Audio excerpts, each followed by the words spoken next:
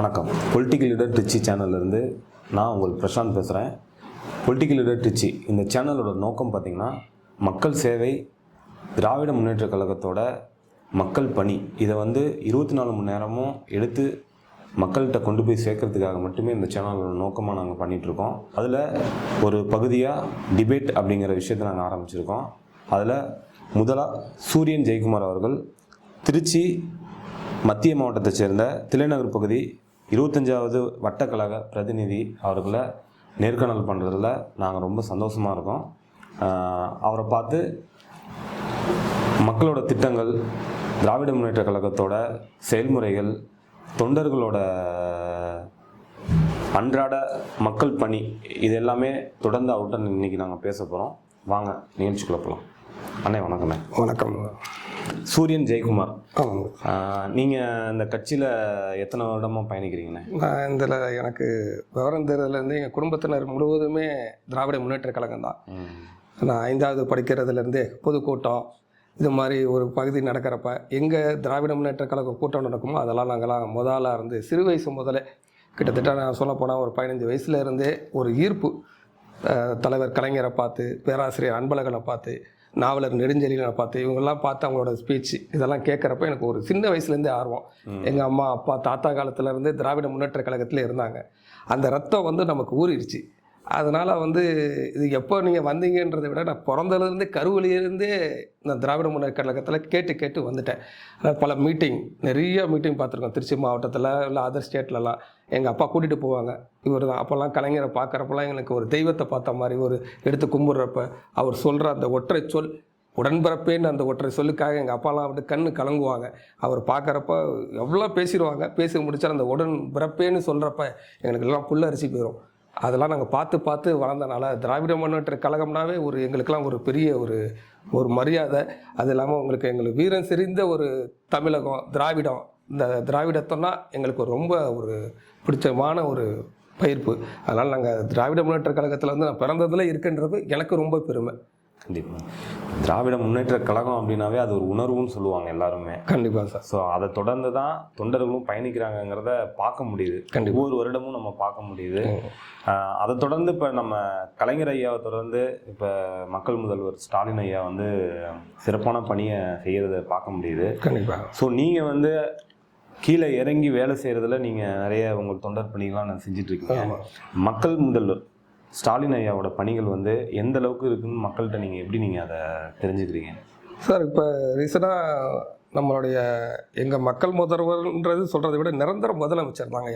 இதில் என்னென்னு கேட்டிங்கன்னா, இப்போ ஓரணியில் தமிழ்நாடுன்னு கொஞ்சம் நீங்கள் பார்த்துருப்பீங்க. அதில் எங்களுக்கு பணி கொடுத்துருந்தாங்க.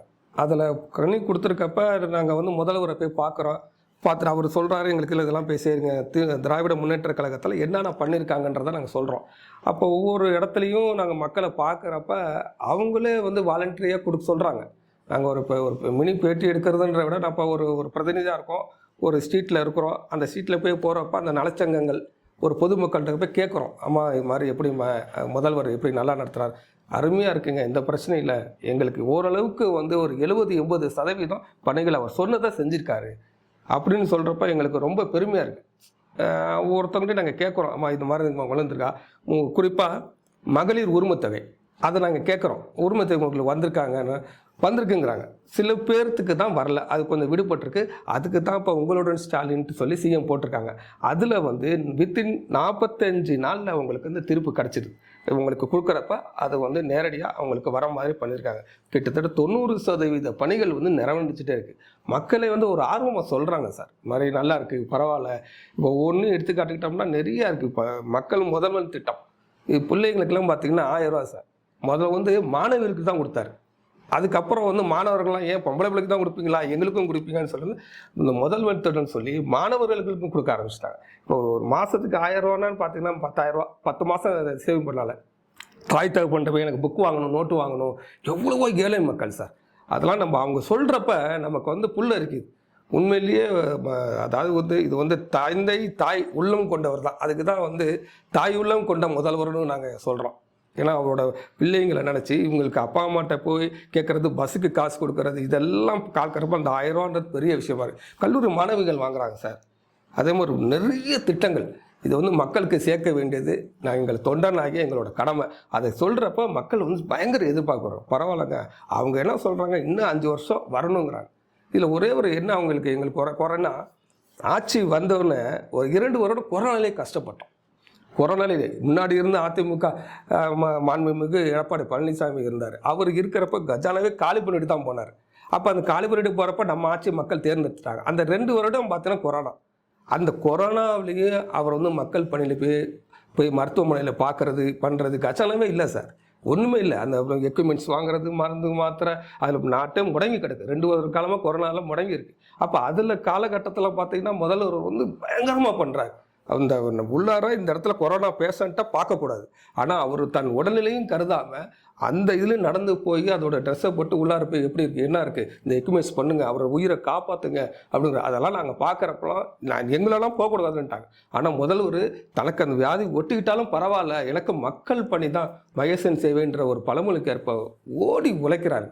இது மாதிரி முதல்வர் வந்து உலகத்துக்கே எடுத்துக்காட்டுன்னு நாங்கள் சொல்லலை சார். நாங்கள் வந்து எங்களுக்கு பிடிக்கும், எங்கள் முதல்வர்னு பிடிக்கும். ஆனால் நாங்கள் மக்கள் சொல்கிறாங்க, அவங்க வந்து அதர் கட்சி, எந்த கட்சியுமே இல்லாதவங்க பொருளே சொல்கிறாங்க, இவர் வந்து எங்களுக்கெல்லாம் உண்மையிலேயே உலகத்திலேயே எடுத்துக்காட்டால் இருக்கிற முதல்வர் வந்து தளபதி ஸ்டாலின்றப்ப எங்களுக்கெல்லாம் உண்மையிலேயே பெருமையாக இருக்குது. இந்த திராவிட கட்சியில் இருக்கணுன்றத உண்மையிலேயே எங்களுக்கெல்லாம் ஒரு மனசு நிறைய சந்தோஷம் இருக்குது சார். அது மாதிரிலாம் சொல்கிறாங்க சார். இத்தனை திட்டங்கள் வந்து மக்கள் பார்வையில் கொண்டு வந்து முதல்வர் ஸ்டாலின் ஐயா கொடுத்தாலும் எதிரணியை சார்ந்தவங்க வந்து இதுவரையிலும் வாக்குறுதி கொடுத்தது எதுவுமே சரியான முறையில் நிறைவேற்றப்படலை அப்படின்னு சொல்லி ஒரு கேள்விகள், அதாவது குற்றங்களை சாட்டிட்டு இருக்காங்க. ஆமாம், இதை வந்து நீங்களாம் எப்படி பார்க்குறீங்க சார்? இப்போ எங்கள் திருச்சி மத்திய மாவட்டத்தோட அசைக்க முடியாத நம்பிக்கை எங்கள் நகர்ப்புறத்துறை அமைச்சர் ஐயா கூட இப்போ ரீசனாக ஒரு பேட்டியில் சொல்லியிருக்காரு, எதிர்கட்சிக்காரங்க வந்து அப்படி தான் சொல்லுவாங்க, நாங்கள் வந்து எவ்வளோ நல்லது செஞ்சோம், ஏன்னா அவருக்கு வந்து இதை சொல்லி தான் ஆட்சி நடத்தணும். இப்போ குறைய சொல்லி தான் ஆட்சி நடத்தும். எதுவுமே செய்யலை அப்படின்னா மக்கள் என்ன பண்ணுவாங்க, இவங்களாம் வாய மூடிட்டு இருக்கிறாங்க, அப்போ திமுக வந்து நல்லா இருக்குன்னு நினச்சிக்குவாங்க. அவங்க வந்து அடுத்தது ஆட்சியை பிடிக்கணும் வரணுன்றப்ப இப்போ எங்கள் ஐயா நேரையா சொன்னார், அழகாக சொன்னார், கேஷுவலாக அவரோட பாணியிலே சொன்னார், ஐயா அவங்க வந்து அப்படித்தாயா பண்ணுவாங்க, குற்றம் சாட்டலாம் என்னையா அப்படின்னாரு. அதுதான் கேஷுவலான ஒரு வார்த்தை. வந்து எங்களை குற்றம் சொல்லணும், நாங்கள் நல்லது பண்ணிகிட்டே இருந்தாலும் இவங்க அது செய்யலை இது செய்யலை, அப்புறம் எப்படி அரசியல் பண்ண முடியும்? அதுதான் என்னோட பதில். எங்கள் ஐயா சொல்கிற பதில் தான், எங்கள் அமைச்சர் ஐயா சொல்கிற பதில் தான் எனக்குமே. இப்போ மக்கள் வந்து குறை சொல்லிட்டு தான் இருப்பான், மக்கள் குறை சொல்லலை. எதிர்கட்சிக்காரங்க இது மாதிரி ஒன்று செய்யலை, அதை செய்யலை, இது செய்யலை, ஏகப்பட்ட பணிகள் நடந்துட்டு இருக்குங்க. இப்போ படித்தவங்களாம் ரொம்ப உணர்ந்துட்டாங்க. இப்போ பாதாள சாக்கடையாக இருக்கட்டும், குடிநீர், ஒவ்வொரு ஏரியாலையும் நீங்கள்லாம் போய் விசிட் பண்ணி பார்த்தீங்கன்னா அவ்வளோ பண்ணிட்டு இருக்காங்க. ஒரு நாட்கள் முன்னாடி கூட அமைச்சர் நேரையா அவர்கள் வந்து ஒரு யூடியூப் காணொலிக்கு வந்து நேர்காணல் கொடுத்து பார்த்துருந்தோம். சரி, அவர் கூட அந்த தகவலை வந்து பதிவு செஞ்சிருந்தாரு. சரி, என்னன்னா அவங்க வந்து செஞ்சேன்னு சொன்னா அவங்க எப்படி அரசியல் நடத்த முடியும்? கரெக்ட், அதான் நம்ம திராவிட முன்னேற்ற கழகம் வந்து வாக்குறுதி நிறைவேற்றிட்டாங்க அப்படின்னு சொல்லிட்டாங்கன்னா அவங்க எப்படி அரசியல் நடத்த முடியும்? அதனால அது அவங்க வேலையை அவங்க பாக்குறாங்க. ஆனா மக்கள் முதல்வர் வந்து சரியா எல்லாத்துக்கும் மக்களுக்கு என்னென்ன செய்யணும் அப்படிங்கிறத கரெக்ட் திறம்பட செஞ்சிட்டு இருக்காரு. அவரை மாதிரி ஒரு சேவை செய்யறதுக்கு மனப்பான்மை உள்ளதுக்கு இன்னைக்கு உள்ள ஆட்சியில் யாரும் கிடையாது அப்படின்னு சொல்லி அது சொன்னதையும் அதை தான் சொல்ல வந்தேன். ஆமாம், அதுதான் அவர் சொன்னாங்க. குறை சொல்லிட்டு தாங்க சார் இப்போ எதிர்கட்சிக்காரங்க. அதை வச்சு அரசியல் தானே. இப்போ நல்லதை யாருமே பாராட்ட மாட்டாங்களே, அதை வந்து அவர் மாண்புமிகு எடப்பாடியார் சொல்கிறாங்க. எல்லாமே அதை தான் சொல்கிறாங்க. சில அவங்களே அந்த கட்சிக்காரங்களே இப்போ நான் வந்து ஒரு ஃப்ரெண்ட்லியாக எல்லாத்தையும் பேசுவோம். இப்போ நம்ம இந்த கட்சி தான் கட்சிறப்ப, ஓ பரவாயில்லப்பா உங்கள் கட்சி நல்லா இருக்குப்பா, நல்லா முதல்வர் செய்கிறாருப்பா அப்படின்னா அவங்களோட தொண்டர்களே நம்மகிட்ட நிறையா நண்பர்கள் இருக்காங்க. அவங்களே சொல்கிறாங்க நல்லா இருக்குங்க, எங்க நாங்களாம் இந்த பாதாள சாக்கடைலாம் ஒரு கனவுங்க. ஒரு குறிப்பிட்ட ஏரியாலாம் பார்த்தீங்கன்னா இப்போ எங்கள் வார்டுலேயே கேட்டுக்கிட்டிங்கன்னா அதுக்குரிய ஒரு கட்டுமான பணியே இல்லை சார். அதாவது பாதாள சாக்கடைன்ற ஒரு இன்ஜினியர் வருவாங்க, இதுக்கெல்லாம் இப்படி பண்ண முடியுமான்னு கேட்குறப்ப அதுக்கு ஒரு கட்டுமான பணி இல்லை. ஒதுக்கப்பட்ட வார்டு மாதிரி எங்கள் இதில் அமைஞ்சு போச்சு. அதை வந்து எங்களுடைய மாமன்ற உறுப்பினர் அவரெல்லாம் சொல்லி, நாகராஜனை சொல்லி அங்கே போய் நேராக அமைச்சர்கிட்ட போய் போராடி எங்களுக்கெல்லாம் ஒதுக்கப்பட்ட மாதிரி இருக்குது, பாதாள சாக்கடை இல்லை, கிட்டத்தட்ட ஒரு 13,000 மக்கள் இங்கே வசிக்கிறாங்க, நீங்கள் வந்து இப்படி இல்லைன்னு சொல்கிறீங்களே என்ன அப்படின்னா, ஐயா வந்து நகர்ப்புறத்துறை அமைச்சர் ஐயா மாண்புமிகு எங்களோட ஐயா அவங்க வந்து சட்டமன்றத்தில் பேசுகிறாங்க. இது மாதிரி வந்து மேற்கு தொகுதியில் இந்த 25 வார்டில் எங்களுக்கு பாதாள சாக்கடையே வரல, அதுக்குரிய கேட்டால் இன்ஜினியர்ஸு செயற்பொறியாளர்கள்லாம் கேட்டால் அதுக்குரிய கட்டுமான பணியோ வழிகள் நெறிமுறை இல்லைங்கிறாங்க. அதை பேசி சரி பண்ணி எங்களுக்கு வேணும்னு சொன்னோன்னே இப்போ தற்சமயமாக கிட்டத்தட்ட 2 மாத காலமாக அந்த வார்டுக்கு நடந்துட்டு இருக்கீங்க. அது முடியாதுன்னு சொன்னதை முடியும்னு சொன்ன வச்சவர் எங்கள் நகர்ப்புறத்துறை அமைச்சர். இதுக்கு மேலே என்னங்க? இப்போ அந்த ஊரில் நான் இருக்கிற ஒரு பகுதியில் போய் கேட்குறப்ப எல்லாம் சந்தோஷப்படுறாங்க. கொஞ்சம் அவர் இப்போ அமைச்சர் ஐயா இது ஆரம்பிக்கிறதுக்கு முன்னாடியே அந்த நலச்சங்கங்கள் நிர்வாகிகள் எல்லாம் கூப்பிட்டு பேசாங்க. இது ஆரம்பிக்கிறதுக்கு முன்னாடி கொஞ்சம் தொந்தரவுகள் இருக்கும், மழை காலமெல்லாம் வருது, சேரு சகதியெல்லாம் வரும், இதெல்லாம் நீங்கள் பொறுத்து இருக்காங்க, நல்லது கிடைக்கிறப்ப கொஞ்சம் நம்ம அனுசரித்து போகணும், அதை தான் சொன்னாங்க. அதனால் இந்த பாதாள சாக்கடை பண்ணி பெரிய நீர்நிலை மேல்நிலை தட்டி இப்போ தண்ணீர் பஞ்சமே இருக்காது, அந்த அளவுக்கு எங்கள் வார்டெல்லாம் செஞ்சுட்டு இருக்காங்க. எல்லாம் திருச்சி மத்திய மாவட்டமே எனக்கு பாதாள சாக்கடை, குடிநீர் பிரச்சனை, மின்சார வசதி முடிஞ்சிருச்சு சார். கிட்டத்தட்ட 80% முடிஞ்சிருச்சு. இன்னும் 20% முடிக்கிறதுக்கு ட்ரை பண்ணிட்டு இருக்காங்க. அதுதான் சார் நல்லா பண்ணிட்டு இருக்காங்க சார். அரசியலில் போட்டினா திராவிட முன்னேற்ற கழகமும் அதிமுகவும் தான் எதிர்பார்ப்பு நிறைய. இப்போ கடுமையான போட்டி இருக்குன்னு நீங்கள் நினைக்கிறீங்களா? எப்படி அதை எதிர்கொள்கிறீங்க? இல்லை சார், நீங்கள் சொல்கிற விஷயங்கள் எனக்கு புரியுது, கடுமையான போட்டின்னு யாரை சொல்கிறீங்கன்னு. பட் எங்களுக்கு பொறுத்தவரைக்கும் திராவிடம் தான் தமிழ்நாட்டில். அது அதிமுகவா திமுகவான்றதை விட யார் நல்லது செய்கிறாங்க, மக்களுக்கு யார் நல்லது செய்கிறாங்க. புதுசாக பூத்த மலர்லாம் உடனே வந்துட முடியாது. அது கூட்டம் கூடுறதெல்லாம் சேராது சார். எல்லாரும் நாங்கள் நடத்துனது கூட்டம் கிடையாது. இப்போ மாநாடு நடத்துகிற அமைச்சர் மாநாடுனாவே எங்கள் அமைச்சர் நிறைய தான். தமிழ்நாடு மட்டும் இல்லை, வேர்ல்டு லெவலில் எங்கள் ஐயாட்ட ஐடியா கேட்குறாங்க. சார் இப்படி மாநாடு நடக்குது, இது எப்படி சார் பண்ணணும், ஏது சார்? அந்த அளவுக்கு ஒரு வலிமை படைத்த எங்களுக்கு அமைச்சர்னா அவர் மாநாடு அமைச்சர்னா எங்களுக்கு பேர்.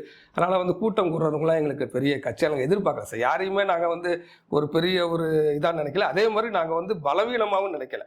எல்லாரும் நினைக்கிறோம். இதனால் நாங்கள் செஞ்ச பணிகளை மக்கள்கிட்ட எடுத்து சொல்கிறோம், எது நல்லது சொல்கிறோம், எது நல்லது பண்ணுறாங்கன்றது நாங்கள் சொல்கிறோட மக்களே சொல்கிறாங்க சார். இப்போ நீங்களே இறங்கி களத்தில் போய் கேட்டிங்கன்னா தெரியும் எப்படி என்ன பண்ணுறாங்க, ஏது பண்ணுறாங்கன்னு. இப்போ எங்கள் அமைச்சர்லாம் தூங்குறதே இல்லை சார். முதல்வரெலாம் இப்போ இடையில லண்டன் போயிருக்கார். லண்டன் போயிட்டு அங்கே கிட்டத்தட்ட ஏகப்பட்ட கோடி கணக்கில் தமிழ்நாட்டுக்கு அந்த முதலீடை வாங்கிட்டு வந்திருக்காரு. இப்போ தமிழ்நாட்டில் 2 கார் தொழிற்சாலை வரப்போகுது. இப்போ அதில் மறைமுகமாக நேர்முகமாக 2000-3000 பேர் வேலைக்கு சேர்க்கப்படுறாங்க. எதிர்கட்சிகள் திட்டுவாங்க, இவர் என்ன போனார், அது பண்ணார், என்ன கொண்டு வந்தாருன்னு. வெயிட் அண்ட் சி, மக்களுக்கு அதுதான் சொல்லுவோம், வெயிட் அண்ட் சி. உடனே எல்லாம் பண்ணிட முடியாதுல்ல. இப்போ தான் போயிட்டு வந்திருக்காங்க, அங்கே இருக்கிற அதிகாரிகளை பார்த்துருக்குறாங்க, அங்கே இருக்க அமைச்சர் பெருமக்களை பார்த்துருக்காங்க. ஐயா பார்த்துட்டு வந்தாலும் முதல்வர் வந்திருக்காரு. இன்னொரு 7-6-2 மாதத்தில் இது ஒரு கட்டுமான பணிகள்லாம் நடைய போகிறது. அப்போ நீங்கள் எங்கே கேட்க போகிறீங்க? வந்தோடனே போயிட்டு வந்தோடனே 2 பேர் திருமணம் கல்யாணம் பண்ணுறாங்க, உடனே பிள்ளையை பெற்று கொடுத்தா எப்படி பெற்றுக்க முடியும்? அதுக்கு 10 மாதம் நம்ம பொறுத்து தான் ஆகணும். இப்போ தான் லண்டனுக்கு ஜப்பானுக்கு முதல்வர் போயிட்டு வந்திருக்காரு. அப்போ போயிட்டு வந்த பிறகு அங்கே இருக்க அதிகாரிகள் இங்கே ஆய்வு செய்ய வருவாங்க, கூப்பிட்டுருக்காங்க, முதலீடு பண்ண கூப்பிட்டுருக்காங்க. அப்போ எல்லாரும் எந்த இடம் எங்கே இடத்த வைக்கிறதுன்றதெல்லாம் பார்ப்பாங்க. இது ஒரு ப்ராசஸ், பெருசு, கோடிக்கணக்கில் இருக்கிற ப்ராசஸ். அப்போ நம்ம இளைஞர்களுக்கும் மாணவ மாணவிகளுக்கும் அந்த வேலை வாய்ப்பு கிடைக்கும். அதனால் நிறைய ஏகப்பட்ட திட்டங்கள் அவர் பண்ணுறாரு சார். இது நம்ம பேசுகிறத விட மக்கள் பேசுகிறாங்க. எங்களுக்கு அதனால் எதிர்கட்சிக்காரங்களுக்கு எங்களுக்கு பயமோ சலசலப்போ இல்லை. வீரத்தில் நாங்கள் எங்களை பொறுத்தவரை களத்தில் தொண்டர்கள் இறங்கி வேலை செய்வோம். எங்களுக்கு காசு பணன்றல. திராவிட முன்னேற்றக்கெல்லாம் எப்படி வரணும், வர 2026 பார்த்தீங்கன்னா தொடர்ந்து நாங்கள் ஆட்சி அமைக்கக்கூடிய கட்டமைப்பு எங்கள் முதல்வர் பண்ணியிருக்கார்.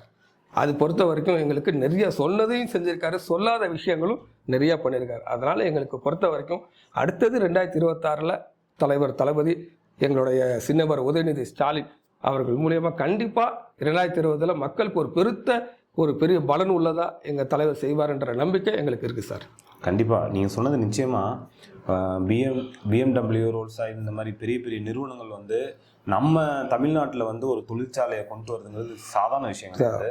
ஸோ அது வந்துச்சுன்னா இளைஞர்களுக்கு எவ்வளோ வேலைவாய்ப்பு கிடைக்குங்கிறத நம்ம நினச்சே பார்க்க முடியாது. அவ்வளோ கிட்டத்தட்ட எனக்கு தெரிஞ்சு ஒரு 2000-க்கு மேற்பட்ட பணிகள் நம்ம தமிழ் மக்களுக்கு கிடைக்கும், இளைஞர்களுக்கு கிடைக்கும். ஸோ படிச்சுட்டு எத்தனையோ பேர் அரசு வேலையை நோக்கி ஓடுறாங்க. அதை தவிர்த்த இளைஞர்களும் இருக்காங்க, இன்ஜினியரிங் ஸ்டூடெண்ட்ஸ் இருக்காங்க, பல தொழில் முனைவோர்கள் இருக்காங்க. அவங்களுக்கெல்லாம் இது பெரிய ஒரு வரப்பிரசாதமான அந்த 2 தொழிற்சாலை இங்கே வந்துச்சு அப்படின்னா கண்டிப்பாக அது ஒரு சரியானது தான். இந்த மாதிரி இருக்க சூழ்நிலையில் அதிமுக கட்சியில் ஒரு நிறைய விஷயங்கள் மக்களை திசை திருப்பும் விஷயமா நிறைய அவங்க பண்ணுறாங்க. இப்போ முதல்வர் ஐயா போயிட்டு ஜெர்மனி இந்த மாதிரி நாடுகள், பல நாடுகள் போயிட்டு சுற்றுப்பயணம் மேற்கொண்டு இந்த மாதிரி ஒரு ஆக்கப்பூர்வமான விஷயங்கள் செஞ்சுட்டு வந்தாலும் இதெல்லாம் மக்கள்கிட்ட கொண்டு போய் சேர்க்கறதுக்கு முடியாமல் மக்களை திசை திருப்பும் விஷயமா இப்போ செங்கோட்டையன் சாராக இருக்கட்டும், திரு எடப்பாடி ஐயாவாக இருக்கட்டும், இவங்கெல்லாம் கட்சிக்குள்ளேயே அவர் போய் டெல்லி போகிறதா இருக்கட்டும், இதெல்லாம் வந்து ஒரு திசை திருப்பும் விஷயமா நீங்கள் பார்க்குறீங்களா? அதை எப்படி நீங்கள் அதெல்லாம் கவனிக்கிறீங்க? இல்லை, இது அவங்களுக்கு அதுதான் அவங்க கட்சியை அவங்களால பார்க்க முடியல சார். இப்போ திராவிட முன்னேற்ற கழகம் எங்கள் தலைவர் என்ன சொல்கிறாரோ அதை கட்டளையை நாங்கள் மீற மாட்டோம். இப்போ ஐயா நேரு அவர்கள் கூட சொன்னார், ஒரு பேட்டியில் பார்த்துருந்தோம். அவர் அதை தான் சொன்னார், இப்போ எங்கள் தலைவர் என்ன சொல்கிறாரோ அதை நாங்கள் சொல்ல செய்வோம். அதுதான் சார் திராவிட முன்னேற்ற கழகத்தோட கட்டமைப்பு. தொண்டர்களோட ஒரு இராணுவ ஆட்சினா ஒரு சொன்னார்னா, எங்கள் தலைவர் சொன்னார்னா அதை நாங்கள் கண்ணை மூடிட்டு செய்வோம். எங்கள் அமைச்சர் என்ன சொல்கிறாருன்னா அதை நாங்கள் ஐயா என்னங்க உத்தரவு சொல்லுங்க ஐயா செய்கிறோம். அதுதான் திமுக தொண்டனோட ஒரு பெரிய வலிமை. திரு நேரையோட ஆர்மி. ஆமாம், உண்மையிலே சார், உண்மையிலே ஆர்மி தான். அதான் பாசக்கார ஆர்மி சொல்ற மாதிரி அதை பார்க்க முடியுது. நானும் கடந்த சில மாதங்களா நான் அவரை கவனிச்சிட்டு இருக்கேன். என்னன்னா அவர் இங்க வரும்போதெல்லாம் எனக்கு தெரிஞ்சு ஒரு 5 மணிக்கு ஐயா மக்களை சந்திக்கிறதுக்காக தயாராகிடுறாரு. கிட்டத்தட்ட ஒரு நாளைக்கு 10க்கும் மேற்பட்ட திறப்பு விழாவாக இருக்கட்டும், மக்கள் பணியாக இருக்கட்டும், அடிக்கல் நாட்டு விழாவாக இருக்கட்டும், சில விஷயங்கள் இங்கே வந்தால், திருச்சியில் வந்தால் இங்கே உள்ள எல்லாத்துக்குமே போய் ஐயா வந்து பார்த்துறாரு. அதுவும் மக்கள் வந்து திரண்டு வந்து காலேஜ் கல்லூரி மாணவர்களாக இருக்கட்டும், உதவி கேட்குறவங்களா இருக்கட்டும், வந்து எல்லாத்தையுமே சந்திச்சுட்டு தான் அடுத்த பணிக்கு போறாரு. நான் அதை பார்க்குறேன். எனக்கு தெரிஞ்சு அந்த மாதிரி ஒரு சிலரை தான் நம்ம சொல்ல முடியும்.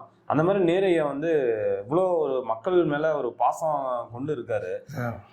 அதெல்லாம் உங்களோட கட்சி தொண்டர்கள் நீங்க இருக்கீங்களா, அது எந்த அளவுக்கு உங்களுக்கு மக்கள்கிட்ட போய் பேசும்போது எந்த அளவுக்கு அது உங்களுக்கு உதவுதுன்னு நீங்க நினைக்கிறீங்க? சார், நான் இது நீங்க அருமையான கொஸ்டின். இது எங்க அமைச்சர் ஐயாவை பத்தி.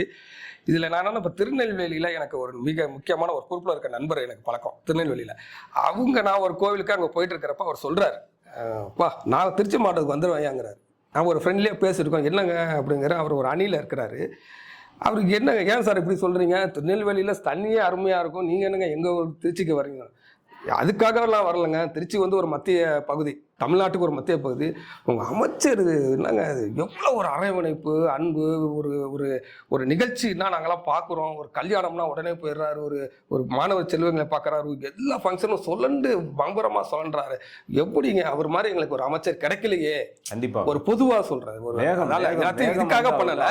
நீங்கள் சொன்ன ஒரு வார்த்தைகள் சார், அதாவது இதெல்லாம் ஒரு 4-5 பேர் தான் எண்ணிடலாம். அந்த எண்ணிக்கை கூடல முதல் அமைச்சராக இருக்கிற சுறுசுறுப்பு. அதாவது நம்ம சுறுசுறுப்புக்கு வந்து நம்ம என்ன சொல்லுவோம்னா, ஒரு பிராணி என்ன சொல்லுவோம் சார், சுறுசுறுப்புக்குன்னா எறும்பை விட ஒரு சுறுசுறுப்பு இல்லை சார்.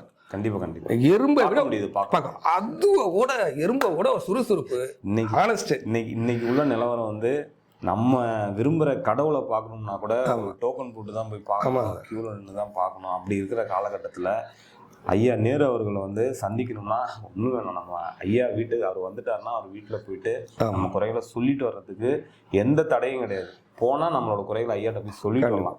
அந்த ஒரு வாய்ப்பு வந்து ஐயா வந்து வழங்கியிருக்கிறது உண்மையிலே இன்னைக்கு இருக்க அரசியல் காலகட்டத்தில் முக்கியமான விஷயமா நம்ம அதை சொல்லி ஆகணும். கண்டிப்பாக அதை தொடர்ந்து வேகம், நீங்க சொல்றது அவ்வளோ வேகம், அவரோட வேகம் வந்து இன்னைக்கும் அவரோட வயசுக்கு அவ்வளோ வேகமா மக்களை போய் சந்திக்கிறது, மக்கள் பணி எடுத்து பார்க்கறது, ஒவ்வொரு திட்டங்களும் துவங்கி வைக்கிறது.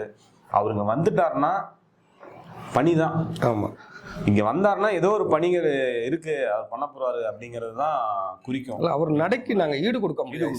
அவர் வந்து ஒரு ஃபங்க்ஷனுக்கு போறோம், அவர் கூட நாங்க போறோம்னா எங்களுக்கு முன்னாடி எங்களுக்கு வந்து ஒரு 8 மணிக்கு இந்த இடத்துல வந்து நிக்கணும்னு சொல்லி எங்களுக்கு ஒரு பொறுப்பாளர் சொல்லிடுவாங்க. 7:55 அவர் நிற்பாரு சார். அந்த மாதிரி ஒரு மனிதர். அமைச்சர் நேரையா பேசினா நிறைய உண்மையில சார், நிறைய பேசிட்டே இருக்கலாம் சார், நிறைய விஷயங்கள். இதை தொடர்ந்துங்கயா இப்ப மக்கள் முதல்வர் திட்டம் அப்படின்னு சொல்லிட்டு நிறைய திட்டங்கள், அதை தொடர்ந்து ஹெல்த் பத்தி நிறைய விஷயங்கள் இப்ப ஒரு முகாம் வந்து நடத்தினாங்க. அந்த மாதிரி நிறைய திட்டங்கள் இருக்கு. இப்ப இந்த திட்டங்கள்லாம் வந்து ஒவ்வொரு வார்டுலயுமே வந்து ஒவ்வொரு மாவட்டத்திலையும் ஒவ்வொரு வார்டுலையும் திட்டங்கள் நடத்திட்டு இருக்கு, அந்த முகாம்கள் நடந்துட்டு இருக்கு. அதெல்லாம் நீங்க மக்களை சந்திச்சு அதை எப்படி முகாம்கள் நீங்கள் கொடுத்தீங்க, ஏதாவது தகவல் வந்திருக்கா என்னங்க கேட்டு அறிஞ்சிங்களா? இல்லை, அதெல்லாம் போயிருக்கோம். அதெல்லாம் இப்போ நோட்டீஸ் மாதிரிலாம் நாங்கள் அடித்து இப்போ என்ன இது, அதாவது இப்போ எக்ஸ்ரே எடுக்கிறதுலேருந்து ஒரு பிபி சுகர் என்ன மக்களுக்கு அது எல்லா வார்டுலையுமே இப்போ நடத்திருக்கோம். அந்த மக்கள்கிட்ட நாங்கள் வந்து வெளியில் கேட்குறப்ப என்னம்மா போனீங்களாமே எப்படிமா இருக்குது, சும்மா ஏதோ தானெல்லாம் முகாம் நடத்தலை சார். அவங்களுக்கு என்னம்மா இருக்குன்னு உடம்பை ஃபுல்லாக செக் பண்ணி அவங்களுக்கு உடனடியாக ரிசல்ட். இப்போ பிளட்டு ஏற்றி உங்களுக்கு என்ன குரூப்புக்கு என்னங்க, பிளட்டில் என்ன இருக்குது, பிளட் சுகர் இருக்கா, இல்லை என்ன ப்ராப்ளம், இதே கோளாறு, எல்லாத்துலேயுமே அங்கே இருக்க பெரிய பெரிய டாக்டர்ஸ் எல்லாம் கூப்பிட்டு அந்த முகாம் நடத்துகிறப்பெல்லாம் அவங்களுக்கு உண்மையிலேயே ஒரு பெரிய சந்தோஷப்பட்டாங்க. காசு பணம் வசதி இல்லை சார், நாங்கள் இப்போ எங்கள் நிற்கிற ஜிஹெச்சில் அங்கே நிற்கணும், அங்கே போய் காட்டு போய் எங்களுக்கு மினிமமே 500 ரூபா ஃபீஸ். ஒரு தனியார் மருத்துவமனையில் போனோம்னா 500 ரூபா மினிமமே ஃபீஸ். ஆனால் நாங்கள் இந்த மருத்துவ முகாம்லாம் எங்களுக்கு பெரிய ஒரு மக்கள்கிட்ட இருந்து பெரிய ஆதரவு இருக்குது சார். அதில் மாற்று கருத்தே இல்லை. நிறைய பேர் என்கிட்டலாம் நிறையா சொல்லியிருக்காங்க, சார் இது மாதிரி நான் போனேன் கொஞ்சம் டிலே ஆகும், கூட்டங்கள் வருது அப்படின்றப்ப பார்க்குறப்ப டாக்டர்ஸ் எந்த கனிவாக கேட்டுக்கிட்டாங்க, என்னமா இருக்குது, என்ன பிரச்சனை இருக்குன்னு. அது மாதிரி இந்த மக்கள் நல்வாழ்வு திட்டத்தை பொறுத்த வரைக்கும் மக்கள் நல்லா பயனடைஞ்சிருக்காங்க. இந்த திட்டம் மறுபடியும் தொடர்ந்துட்டு தான் இருக்கும். இப்போ இது 1 மாதம் மட்டும் நாங்கள் நடத்தலை. இப்போ இதெல்லாம் முடிஞ்ச பிறகு இன்னமும் கொஞ்சம் காலமாக நாங்கள் நடத்துறதுக்கு ஆயத்தமாகிட்டு இருக்காங்க அமைச்சர் அவர். உங்களுடன் ஸ்டாலின் திட்டம் வந்து 40 நாளில் தீர்வு காணப்படும் சொல்லியிருந்தாங்க. ஆமாம், அந்த திட்டங்கள் வழியே நிறைய மக்கள் வந்து முகாமில் வந்து கலந்துக்கிட்டாங்க. அந்த வாங்கின மனுக்கள்லாம் தீர்வுக்கு எந்த அளவில் இருக்குது அப்படிங்கிறது நீங்கள் இல்லை சார் சொல்லியிருந்தார். இப்போ நம்ம முதல்வர் வந்து நம்ம நிரந்தர முதலமைச்சர் எங்கள் தங்க தலைவர் ஸ்டாலின் அவர்கள் என்ன சொன்னார்னா 45 நாளில் வந்து தீர்வு கிடைக்குன்னு தான் சொல்லி எழுதியிருக்காங்க. அந்த ஃபார்மும் கொடுக்குறாங்க, உங்களுக்கு என்னென்ன தேவைகள், குறிப்பாக உரிமை தொகை, பட்டாளர்கள் பட்ட ஆதார் திருத்தம், நம்மளோட ஓட்டர் ஐடி திருத்தம், முகவரி மாற்றம், கிட்டத்தட்ட ஒரு 47 வகையான எல்லாமே பண்ணுறாங்க. இதெல்லாம் நீங்கள் போய் ஒரு அஃபிஷியலாக ஒரு ஆஃபீஸில் போய் அரசு அலுவலகத்தில் செய்கிறப்ப நாட்கள் ஆகும், டைமிங் ஆகும். இதில் கொண்டு உங்களுக்கு செஞ்சு கொடுத்துட்றாங்க. நாங்களே கேட்டிருக்கோம், அம்மா உங்களுக்கு வந்துருச்சாம்னா உடனே சில இடத்துலனா அந்த இடத்துல ஸ்பாட்லேயே அவங்களுக்கு வந்து டிக் பண்ணி ஓகேம்மா அப்படின்னு கொடுத்துறாங்க. அவங்க சந்தோஷமாக வெளியே வராங்க சார். மக்கள் வந்து இந்த உங்களுடன் ஸ்டாலின் திட்டம் வந்து ஒரு மாபெரும் பெரிய திட்டம். இது வந்து மக்கள் வந்து யூஸ் பண்ணிக்கிறாங்க. அப்போ அலையாலையாக வராங்க. எங்களுக்கு வந்து காலையில் 8 மணிலேருந்து சாயந்தரம் 5 மணிக்கு போட்டிருக்காங்க. 5 மணிக்கு நாங்கள் முடிஞ்சு அம்மா போதுங்களாமான்னு கிளம்புறப்ப இன்னும் வராங்க. சார் எங்களுக்கு இது விட்டு போச்சு, இது குழந்தைய அதில் சேர்க்கணும், இதை சேர்க்கணும். இது வந்து நிறைய திட்டங்கள் அவங்க நம்ம முதலமைச்சர் அறிவிச்சிருக்கனால இது அவங்களுக்கு வந்து ஒரு பெரிய கிஃப்ட்டு. இது வந்து உலக வரலாற்றிலே சரி இந்த மாதிரி ஒரு திட்டம் நடத்தினதே இல்லை சார். முன்னாடி ஆட்சியிலையும் நடத்துறது இல்லை. இப்போ ரீசெண்டாக வந்து துணை முதல்வர் ஸ்டாலினை வந்து ஒரு பேட்டியில் சொல்லியிருந்தாரு. சரி, இப்போ வந்து நம்ம எலெக்ஷனை நோக்கி பயணத்தில் இருக்கோம். ஒவ்வொரு பகுதியில் இருக்க நிர்வாகிகளும் கட்சி தொண்டர்களும் மக்களை போய் நேரடியாக சந்திச்சு அவங்களோட குறைகளை கேளுங்க. தீர்வு காண்றது அடுத்த விஷயம். அவங்க குறைகளை கேட்கறதுக்கு ஃபர்ஸ்ட் நம்ம போய் நிற்கணும்.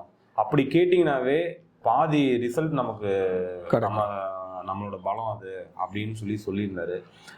அதெல்லாம் எந்த அளவுக்கு தொண்டர்கள் வந்து எந்த அளவுக்கு நீங்க களத்துல இறங்க ஆரம்பிச்சிட்டீங்க? இல்லை சார், எங்களுக்கு அவர் சொன்னது உற்சாகம் தான். இப்போ நாங்கள் எல்லாம் சொல்றோம், இது மாதிரி நாங்கள் வந்து இப்போ இந்த எலெக்ஷனுக்காகலாம் நாங்கள் வேலை செய்யலை சார். நாங்கள் திராவிட முன்னேற்ற கழகங்கள் என்னைக்கு நம்ம வந்து உறுப்பினராக சேர்ந்தோமோ, நாங்கள் வந்து ஒரு பதவியில் இருக்கோம், எங்களுக்கு பதவி முக்கியம் இல்லை, உறுப்பினர்ன்றதே எங்களுக்கு பெருமை தான். அதனால நாங்கள் ஒவ்வொரு மக்கள்கிட்டையுமே நாங்கள் போய் சொல்றோம்.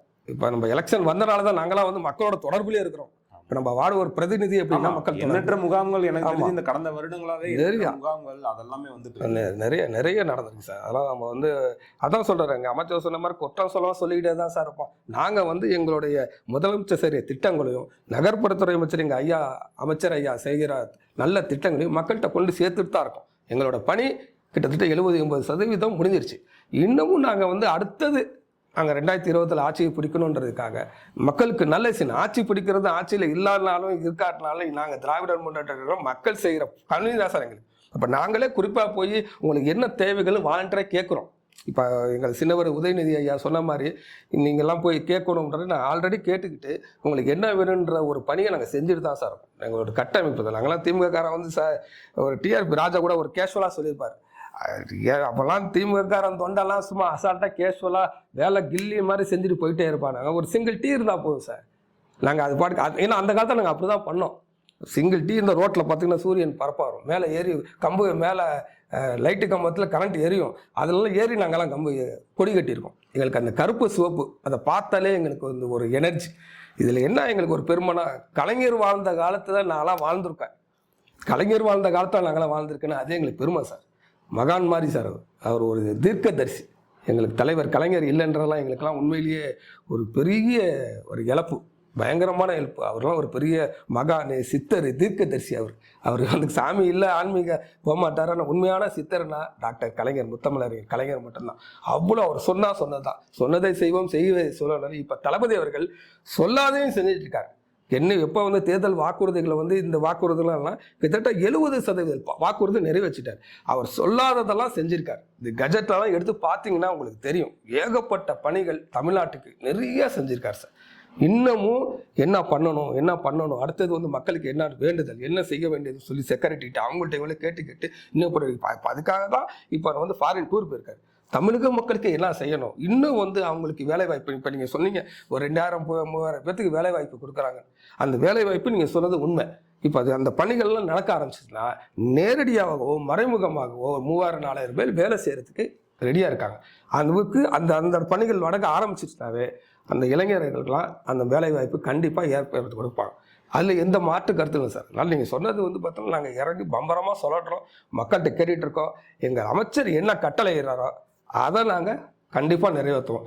2026 நாங்கள் மீண்டும் ஆட்சி அமைக்கிறதுக்கு என்ன கட்டமைப்போ அதை நாங்கள் பண்ணிகிட்டு இருக்கோம் சார். அதில் இவ்வளோ மாற்று கருத்து அடுத்த கேள்வி அதை தான் வைக்கலான்னு இருந்தேன். 2026 200 அப்படிங்கிற கணிப்பு நீங்கள் எந்த அளவுக்கு முன்னேற்பாடாக இருக்கீங்க? மக்கள்கிட்ட நல்ல வரவேற்பு சார். இப்போ நீங்கள் தளபதி நீங்கள் சொன்ன மாதிரி பேசினார், நீங்கள் நம்ம தொண்டர்கள் இறங்கி வேலை செஞ்சால் 200க்கு மேலேயும் வரலான்னாரு. அந்த நாங்கள் ஒரு கான்செப்ட் 200ன்னு வச்சுருக்கோம். 200 அதை இப்போ 200க்கு மேலே படைச்சு நாங்கள் வரலாறு பரப்போம். உண்மையிலேயே எங்களுக்கு வந்து அது ஒரு பெருமை. எங்கள் உதயநிதி எங்களுக்கு வந்து ஒரு பெரிய பூஸ்ட் சார், பெரிய ஒரு எனர்ஜெட்டிக். அது வந்து அவர் வந்து எங்களுக்கு சொல்லியிருக்கார், நீங்கள் தொண்டர்களாக இறங்கி வேலை செய்யணும்னு. கண்டிப்பாக இறங்கி நாங்கள் களத்தில் இறங்குவோம். அது வந்து மாற்று கட்சிகளுக்கே தெரியும், திமுக காரனாவே ஒரு கெத்து இருக்கும். கெத்துன்றதை விட வேலை செய்கிறதுல திமுக கார மாதிரி வராது. இறங்கி அது எங்களுக்கு மனக்கசப்புக்கெல்லாம் இருக்கும். ஒரு கட்சிக்குள்ளே ஒரு வார்டுக்குள்ளே ஒரு இதில் இவ்வளோ பிடிக்கலாம் அவ்வளோ பிடிக்கும், அதெல்லாம் மீறி நாங்கள் அந்த நேரத்தில் திருவிழான்னு வந்துருச்சுன்னா அதெல்லாம் மறந்து மக்கள்கிட்ட போய் எதை நல்லது செஞ்சுருக்கீங்க, இங்கே பாருங்கள் இதில் பண்ணியிருக்கோம் அதை பண்ணியிருக்கோம், ஓட்டு போடுங்கம்மா, இதெல்லாம் நடந்தால் அடுத்தது என்ன செய்வோம். ஏன்னா இந்த 5 வருட காலத்தில் சார் நீங்கள் யோசனை பண்ணி பார்த்தீங்கன்னா 2 வருடம் கொரோனால போயிடுச்சு சார். ஆமாம், 3 வருஷம் தான் நாங்கள் ஆச்சு. அந்த 2 வருட காலம் முடங்கிருச்சு, தமிழகமே முடங்கிருச்சு, கஜானா இல்லை. அப்படின்றப்ப நாங்கள் அந்த 3 வருஷத்தில் இவ்வளோ பண்ணியிருக்கோன்றது படித்தவர்கள் மட்டும் அல்லாமல் பாமர மக்களும் எதிர்கட்சியில விமர்சனம் பேசுறவங்களுக்கும் அவங்க மனசாட்சிக்கு தெரியும் சார். எதிர்கட்சியில் இருக்கிற மனசாட்சிங்களுக்கு அவங்களுக்கு தெரியும். எங்களோட தலைவர் வந்து அவங்களுக்கு தான் செய்ய சொல்றாரு. எதிர்கட்சிக்காரங்களுக்கு செய்ப்பா, அவங்களுக்கு என்ன வேணுமோ செய்ப்பா. எங்க தொண்டர்கள் கூட நீ சொந்து இருக்கிறாங்க ஒரு சில விஷயத்துல, ஆனா அவங்களுக்கு செய்ப்பா முதல்ல அப்படிங்கிற அவங்களே மகிழ்ச்சி அடைகிறாங்க. இந்த அடுத்த கட்சிக்காரங்களே எங்கிட்ட வந்து சொல்றப்ப எங்களுக்குலாம் கிடைக்குதுப்பா, நல்லா இருக்குப்பா, இந்த இதெல்லாம் செய்யறாரு, பெரிய விஷயம்பா அப்படின்னு சொல்றாங்க. அதனால தான் சார் நம்ம வந்து கூட்டணி வந்து கட்டமைப்பாக இருக்கிறது நம்மளை விட்டு போகாமல் இருக்கு. நீங்களே பார்த்துக்கலாம் சார், இப்போ ஏடிஎம்கேல எத்தனை அணிகள் சார், ஒரு தலைமையின் கீழே நாங்களாம் இருக்கிறோம். எங்கள் தலைமைக்கு கட்டுப்பட்டு கண் அசைவு, எங்கள் அமைச்சர் ஐயா கண் அசைச்சா நாங்கள் இதை செஞ்சுவோம். அப்படி தான் நாங்களாம் வாழ்ந்திருக்கோம், நடைமுறைப்படுத்திட்டு இருக்கோம். இன்னைக்கு பார்த்தீங்கன்னா எத்தனை அணின்னு உங்களுக்கு நாங்கள் சொல்லணும் அவசியம் இல்லை. யூபிஎஸ் ஆரம்பிச்சாரு, ஓபிஎஸ் வந்திருக்காரு. அதுக்கப்புறம் பார்த்தீங்கன்னா தீபான்னு ஒருத்தவங்க இருந்தாங்க தெரியுங்களா, அவங்க பொண்ணுன்னு சொல்லிட்டு அவங்க இப்படி தீபான்னு சொல்லி அவங்க தீபாவோட டிரைவர் ஒருத்தர் ஒரு அணி. அதுக்கப்புறம் பார்த்தீங்கன்னா டிடிவி சார், அதுக்கப்புறம் சின்னம்மான்னு சொல்லி சசிகலா மேடம். இப்போ ஒவ்வொருத்தவங்களும் ஒரு இப்போ ரீசனா செங்கோட்டையிலேயே நமக்கு கட்சியிலேயே இல்லையே, அவங்க கட்சியிலேயே ஒரு இது ஒத்துமை உடன்பாடே இல்லை. அப்புறம் எப்படி நாட்டு மக்களுக்கு எப்படி சார் அவங்க செய்வாங்க? இதான் என்னோட கேள்வியே. அது கட்சியில இவ்வளவு அணிகள் இருக்கு. திராவிட முன்னேற்ற கழகம் அப்படின்னு நீங்க சொன்னீங்கன்னா தலைவர் மட்டும்தான், அதுக்கு கீழே வேலை செய்யறவங்க நாங்கள் இதெல்லாம் வேலைக்காரங்க தான். அவர் என்ன சொல்றாரோ அதை தான் நாங்கள் செய்யறோம். அங்க தலைமையே இல்லையே. மற்ற கட்சியினர்லாம் வந்து திமுக வந்து கொள்கையில தவறுறாங்க, கொள்கை பிடிப்பு இல்லை அப்படின்னு சொல்லி மற்ற இது புதுசாக வர கட்சியாக இருக்கட்டும், எதிர்கட்சியாக இருக்கட்டும், தமிழ் தேசிய கட்சியாக இருக்கட்டும், இவங்கெல்லாம் வந்து பரவலாக சொல்கிறாங்க. ஆனால் அவங்க கொள்கையில் வந்து திராவிட முன்னேற்றத்தோட கொள்கையை தாண்டி என்ன கொள்கை அவங்க பெருசாக முன்வைக்கிறாங்கன்னு நீங்கள்லாம் வந்து உணர்றீங்க. இது எப்படி நீங்கள் பார்க்க சார்? இப்போ ரீசனாக ஒரு நடிகர் விஜய் வந்தார், என்ன சார் கொள்கையை சொன்னார்? அவங்களாம் என்ன கொள்கையை சொன்னாங்க? இப்போ ஒரு மாநாடு நடத்துகிறாரு, என்ன கொள்கையை அவங்க சொல்லலையே சார். இது மாதிரி இது வந்தால் நாங்கள் இப்படி செய்வோம் அதை செய்வோன்ட்டு எந்த ஒரு கொள்கையுமே அவங்க விவரமாக எதுவுமே சொல்ல வர்றாங்க, பேசுகிறாங்க. அந்த தொண்டர்கள் வாழ்க தளபதி தளபதி தளபதி கத்துறாங்களோ இல்லையா, அவர் என்ன சொல்லணும், ஒரு கட்டமைப்பு வேணும். இப்போ எங்களுக்கெல்லாம் வந்து மாநாடு நடத்துகிறோம்னா அந்த பயிற்சிகளுக்கு முன்னாடி இவ்வளோ ஒரு பேச்சாளர்கள் இவ்வளோ நடந்திருக்கு இவ்வளோ இருக்குன்னு சொல்லுவாங்க, மக்களுக்கு தெரியப்படுத்தணும். இவர் எதையுமே செய்யலையே. வந்து திமுக திட்டுறாரு, தளபதி திட்டுறாரு, இப்போ புதுசாக அங்கிள்ன்ற வார்த்தையோடு இருக்காரு. நம்மெல்லாம் திராவிட முன்னேற்றங்களை எப்படி ஊந்து பயின்று எவ்வளோ சிறைக்கு எவ்வளோ வந்து அடிபட்டு ஹிந்தி போராட்டம் ஒவ்வொன்றுக்குமே வாழ்ந்து தளபதிக்கு வந்து கல்யாணம் காலைல தாலி கட்டுறாரு சார், ஜெயிலில் போட்டாங்க சார். அவரோட மனைவி எங்கள் அண்ணியாரவங்களும் எப்படி பாதுகாப்பு, காலையில் கல்யாணம், ஒரு ஆம்பளை வந்து கல்யாணம் ஆனால் எவ்வளோ சந்தோஷப்படுவான். ஆனால் எங்கள் தளபதியை மிசா சட்டத்தில் ஜெயிலில் போட்டாங்க. தலைவர் கலைஞர் என் பிள்ளையை கூட்டிகிட்டு போப்பா அப்படிங்கிறாரு. இப்போ அதெல்லாம் முடியுமா சார்? எவ்வளோ கட்சியில் எவ்வளோ அடிபட்டு மிதி போட்டு தமிழ் மக்களுக்காக தமிழ் ஈழத்துக்காக எவ்வளோ போராடி இந்த உயிர் ஈர்த்து ஜெயிலுக்கு போய் இதெல்லாம் வந்து அவர் வந்து இன்னைக்கு வந்து ஒரு கட்டமைப்பாக திராவிட முன்னேற்ற கழகத்தை வச்சிருக்காரு. இன்னைக்கு வந்தோடனே முதல்வர் சீட்டு வேணும். வரட்டும் சார், எல்லாருமே வரட்டும். இது வந்து நமக்கு வந்து சுதந்திர நாடு, யார் வேணாலும் வரலாம், யார் வேணாலும் போகலாம். பட் ஆனால் அது கட்டமைப்பு வேணுங்களே. அவர் தாய் தகப்பன் இல்லாமல் நம்ம வந்துட முடியாது. நம்ம தலைவர் எவ்வளோ வந்திருக்கார். பேராசிரியர்லேருந்து டாக்டர் கலைஞர் உருவாக்கின கட்சி அண்ணா திராவிடம்லாம் அண்ணா ஆரம்பித்து கலைஞர்கிட்ட ஒப்படைச்சி கலைஞரை வந்து தலைமைத்தை ஒப்படைச்சி இன்னைக்கு வந்து எவ்வளோ ஒரு கட்டமைப்பாக இன்னைக்கு வந்து திரும்பி பார்க்குற முதல்வர் தளபதி ஸ்டாலின் இருக்கார் சார். நீங்கள் ஒரு இங்கிலீஷ் நாலேஜில் பார்த்தீங்கன்னா ஹிந்து பேப்பர்லேயும் சரி இங்கிலீஷ் அதர் ஸ்டேட்லலாம் பார்த்தீங்கன்னா இன்னைக்கு வந்து world minister who are you அப்படின்னு கேட்டால் தளபதி ஸ்டாலின் சொல்கிறாங்க சார்.